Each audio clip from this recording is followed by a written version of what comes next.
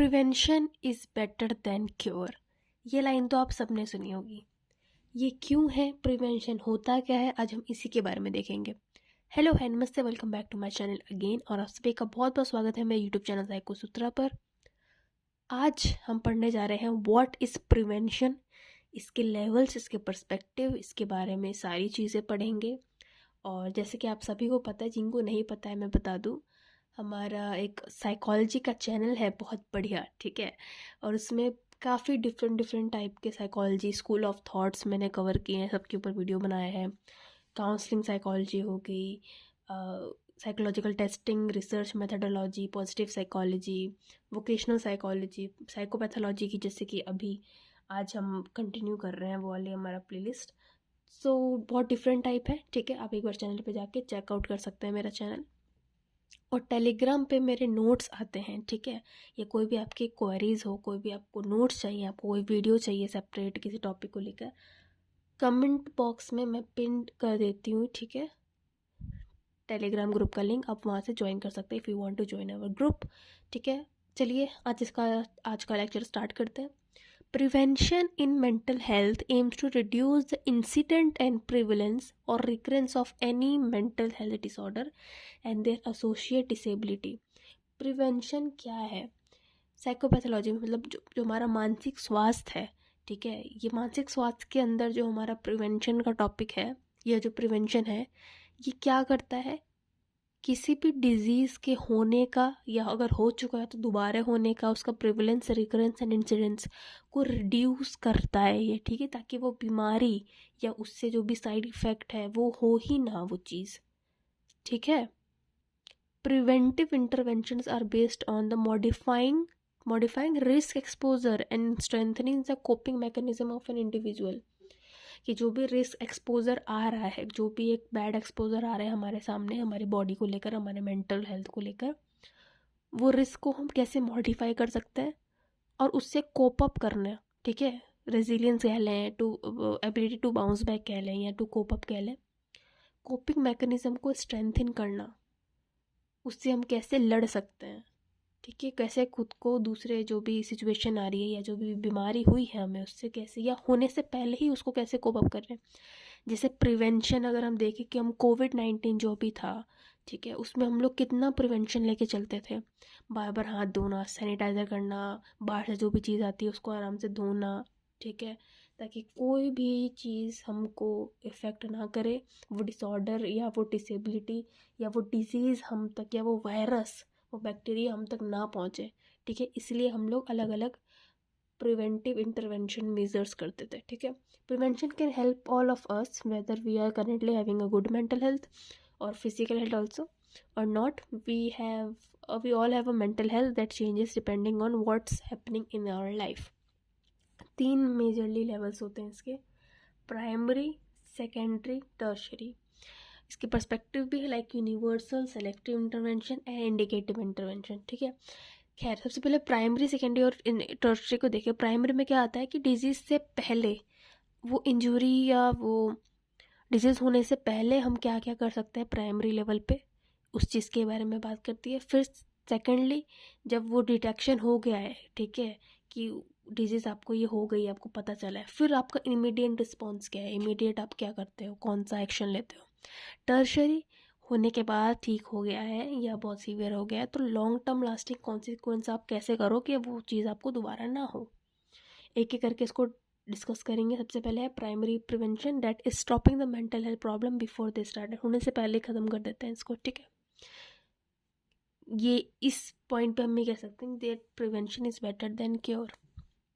This focuses on the stopping people from the developing mental health problems and promoting good mental health for all. It often targets and benefits everyone in the community. Example includes anti-stigma campaigns हम कर सकते हैं, such as mental health awareness week करवा सकते हैं अलग अलग schools में, कॉलेजेस में, अवेयरनेस फैलाने के लिए कि अच्छा ये हो सकता है, इसके लिए आप पहले से ही प्रिवेंशन करके रखो, ठीक है। और teaching school children about emotions and mental ill health, ठीक है। सेकेंडरी प्रिवेंशन की अगर बात करें तो supporting those who are at higher risk of experiencing mental health problem।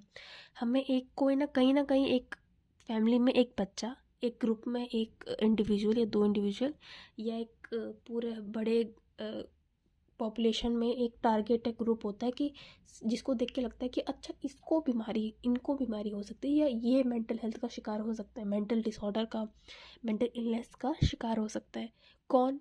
For suppose आइए यहाँ पढ़ते हैं। This focuses on supporting people who are more likely to develop mental health problems either because of the characteristics they are born with or the experiences they had। It includes LGBTQIA people, ठीक है, जो bullied होने के ज़्यादा chances है क्योंकि उनको ज़्यादा क्रिटिसिज्म, हेट, स्टीरियोटाइप और ये सब बहुत सुनने को मिलता है, उनको बातें सुनने को मिलती है, उनको लोग बुली करते हैं, उनका मजाक उड़ाते हैं, तो वो ज़्यादा टारगेटेड रिस्क पे हैं कि उनको that they can at the higher risk of experiencing any mental health problem। People who have experienced trauma, people with long term health conditions and victim of hate crime for example, ठीक है। Tertiary prevention में देखिए कि helping people living with the mental problems to stay well, ठीक है, helping living people with the mental health problem जिनको हो रखा है वो कैसे अच्छे से रह सकते हैं।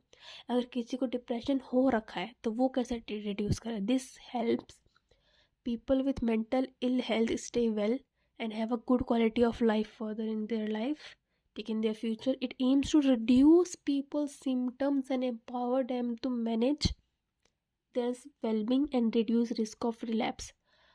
अब 3 पर्सपेक्टिव, 3 लेवल्स पढ़े हमने, प्राइमरी, सेकेंडरी एंड टर्शरी। अब इसके 3 पर्सपेक्टिव है, यूनिवर्सल, सिलेक्टिव एंड इंडिकेटिव।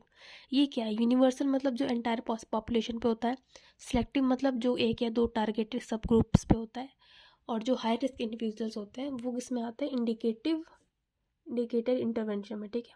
एक एक करके देखते हैं। यूनिवर्सल इंटरवेंशन में क्या आता है कि इसमें 2 की फैक्टर्स हैं, ठीक है, एल्डर्स और establish condition.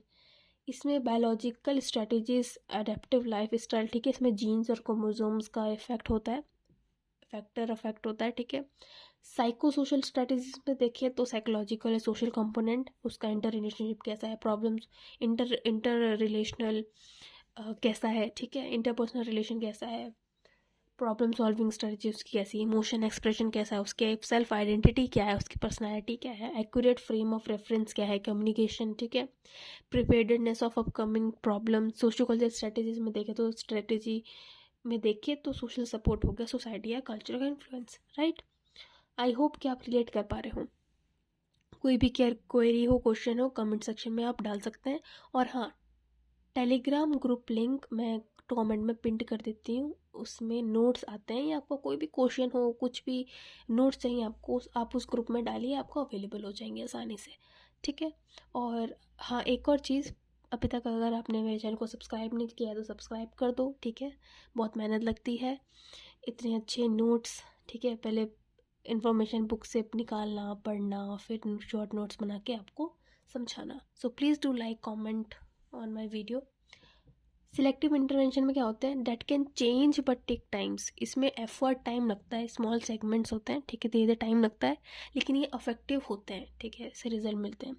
They approach with the problem with 3 strategies. पहला है इंटरसेप्टिंग और reducing the supply of drugs available, ठीक है, जो ड्रग की सप्लाई हो रही है, ठीक है, अगर कोई एडिक्शन से गुजर रहा है, एडिक्टिव डिसऑर्डर से, तो सप्लाई हो रही है उसको बंद कर दो। ट्रीटमेंट करो कि वो प्रॉब्लम से उसको कैसे प्रॉब्लम ना हो, वो ड्रग ना ले, क्योंकि एक एडिक्शन हो जाती है और अगर वो ड्रग ना मिले बॉडी को तो उसको बहुत ही तकलीफ होती है, वो हेल्थ प्रॉब्लम से हो सकते हैं, बॉडी को अफेक्ट करता है, तो उसका ट्रीटमेंट करें। और फिर इंक्रीजिंग प्रिवेंशन, ठीक है। 3 टाइप्स, बहुत अलग टाइप्स के होते हैं। स्कूल बेस्ड इंटरवेंशन हम करा सकते हैं, intervention programs for higher risk teens, parent education provide करवा सकते हैं, comprehensive family intervention program and comprehensive prevention symptoms, right. Strategies, okay. Third है इंडिकेटिव इंटरवेंशन। इसमें क्या होता है, ये टारगेट करता है हाई रिस्क इंडिविजुअल, ठीक है, जो हाई रिस्क पर है कि इनको इलनेस हो सकती है या होगी ही, या ये जूझ रहे हैं, ठीक है।